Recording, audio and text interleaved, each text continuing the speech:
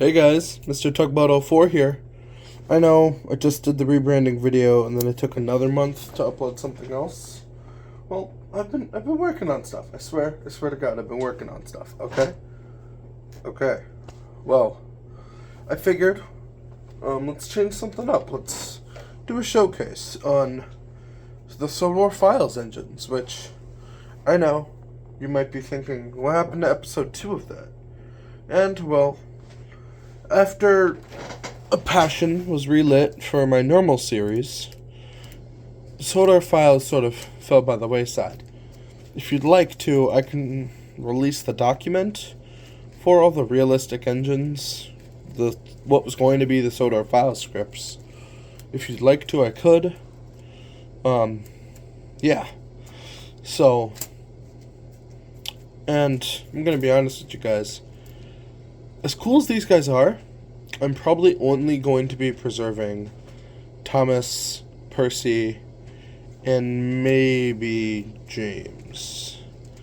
I'm not certain though, because James is also a really cool looking engine.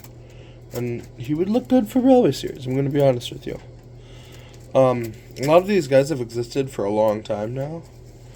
And it just... when I'm not doing Sodor files anymore, I just figured, well, okay, I can use them for other stuff. And I sort of need them, specifically Gordon Henry, because for their chassis with the longer side rods are really useful. And Percy, probably, for other smaller tank engines. So, that's probably what's going to happen to these guys after this video, but since we have them, I might as well show them off before they do end up in the junk heap. So, let's start with the only engine who actually got an episode, Farquhar. Also, I hope you guys really like this Tidmus set, because I've been working on it, okay? So, Farquhar here is made out of a Thomas, I believe? If it's not Tommy, then it's Hit. Hit Toys Thomas. I cut off the rear of the footplate here and gave him this little stripe of cardboard, I suppose, to sort of give him the dip down in the running board. Same with the other side. I cut out the wheel arch from the normal one and then I filled it in. Let's do this to show that better. I filled it in with more cardboard, because that seems to be my go-to. Yeah. Not a hard modification at all. Oh, the smoke box door is also cardboard. This was made before I got the 3D printer, obviously, which I have one of those. That's cool. Otherwise, I probably would have used the Thomas smoke box door, but I didn't have that option at the time, so I'd say this is pretty good still. So, yeah. Nameplates are just printed off with plastic on the back. Yeah. I wasn't sure if I wanted to give him a TV series Thomas livery, or if I wanted to give him a realistic livery at first. My initial thing was just E2 Thomas. That's all I wanted. But I gave him the darker livery, as I figured if there were E2s still around that were to get painted into Thomas, this is probably what they would have done, you know? Well, I mean, before the show. But, yeah. So, very simple model. Not difficult, really. The paint job was inspired by... If you guys have seen Brendan Rhea's 10 Thomas the Movie Thomas showcase video, he mentions that he tried to give it Railway Series red and yellow lining. That was sort of inspired by this. I was inspired by that. Sorry. Yeah, and I wanted to include the NW on there, because I feel like, railway logos and stuff. So, yeah. Red rods, because Thomas really always looks cool with red rods. Yeah, he's a very simple model in theory. Well, not in theory, but yeah. He is getting a little bit worn, though. So, just the whistle back here you can see. And a couple places where paint's chipping off. And yeah, so I might go back and give this guy a repaint, but I don't know.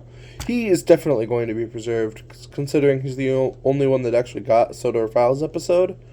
And he's like, I just like the paint job on him. So, that's Farquhar. Now, I suppose we'll move on to not the only other finished one, but the one who almost got a Sodor Files episode. Percy, or Perseus, I believe was his technical name. Either that or it was the Post. But, so, I'm not going to go into the actual content of what he was supposed to be for Sodor Files, because I probably will end up releasing the document later, but yeah. So, he was all scratch built from cardboard and styrofoam stuff.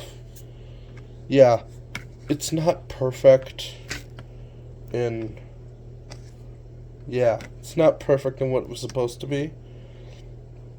However, it is slightly modified from the original shell, which you guys did see. It served as a normal Percy for a time, but it had like a crooked cab and stuff, but I went back and fixed some of that for this. Yeah. Now, you might wonder, why does he not have the NW on his side, and why does he say Tidmouth Harbor? Well, because before, I could have put NW on there, but I chose not to. And personally, I think Percy looks really good as an industrial-type engine. I'm sure a lot of people, pretty much everyone, agrees. So, I decided to make him in his pre-34 livery, I suppose. Because in 1934, Percy was technically bought from Tidmouth Harbor to go to the Northwestern during the Great Depression and stuff. If you guys bother to read the document later, that will explain everything.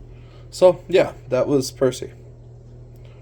Now, I believe might as well keep the trend going here, since I have done Thomas and Percy. Let's do Splendid Scarlet here, also known as James. This guy will also look really familiar, because he did serve as a normal James for a while, and might return to being James. But, for the time being, he was Splendid Scarlet. So, he was obviously a James. He had the front of the running board, and the firebox cut down. The firebox, because I was originally going to try and do the thing where it curves in and curves out again, but that was simply still too difficult for me in the time. I went back and I smoothed his sandboxes up here. Yeah. Well, his running board is a little bit damaged in the back. That's probably why he's going to be redone into something else.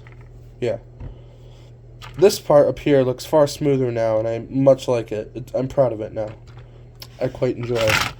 And he was painted, or his tender is just the basic James tender.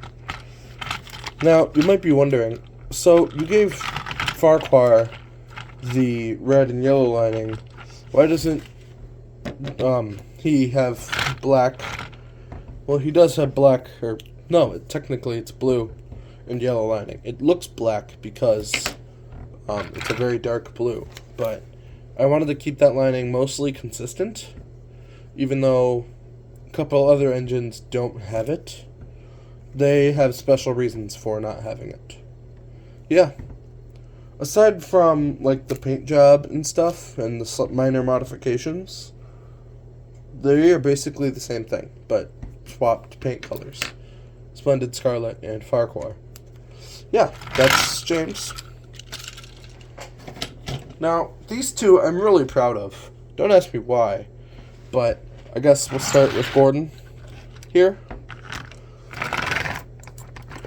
He's a bit of a kit bash because he uses the 2012 Henry chassis and wheels and stuff. His footplate is from a Hit Gordon. His body here is from a Tommy Gordon. Yeah, and then this tender is from a Flying Scotsman. And Trackmaster 2 one that I no longer have because I have the good one. Which I don't know if I've shown that to you guys yet. We'll find out eventually. Anyway, I didn't want to give him the same lining as I gave Farquhar, simply because I don't think it would work. Because unlike the others, he doesn't have a flat boiler. You can see his boiler bands are like molded. And I didn't want to take the risk of making them really thick. So, yeah. However, his wheel arches do feature some gold on them. Sorry about the dust. These guys have been up on a shelf for a while just waiting videos, but obviously never got to them. So, yeah. He free rolls actually rather nicely. For what you'd think he would, he's still a really good free roller. Yeah. His buffers are plastic. I didn't want to give him strictly ovals or strictly rectangles. They are a little oversized, but I'm fine with that because these are the only pair I got to be symmetric. He also got silver lamp irons as opposed to Farquhar's black lamp irons. Yeah. Oh, and his technical name is Wild Norwestern, just because that would be the name of the Express. Yeah. That's Gordon. I don't know why I'm proud of him, but I don't know. He just looks cool. He might be the other preserved engine. I'm not sure. And last but certainly not least, Henry, or Flying Kipper. He was made to look like a Black 5. He almost accomplishes it, but not quite there. His boiler is a little bit long, but that's how Black 5s are.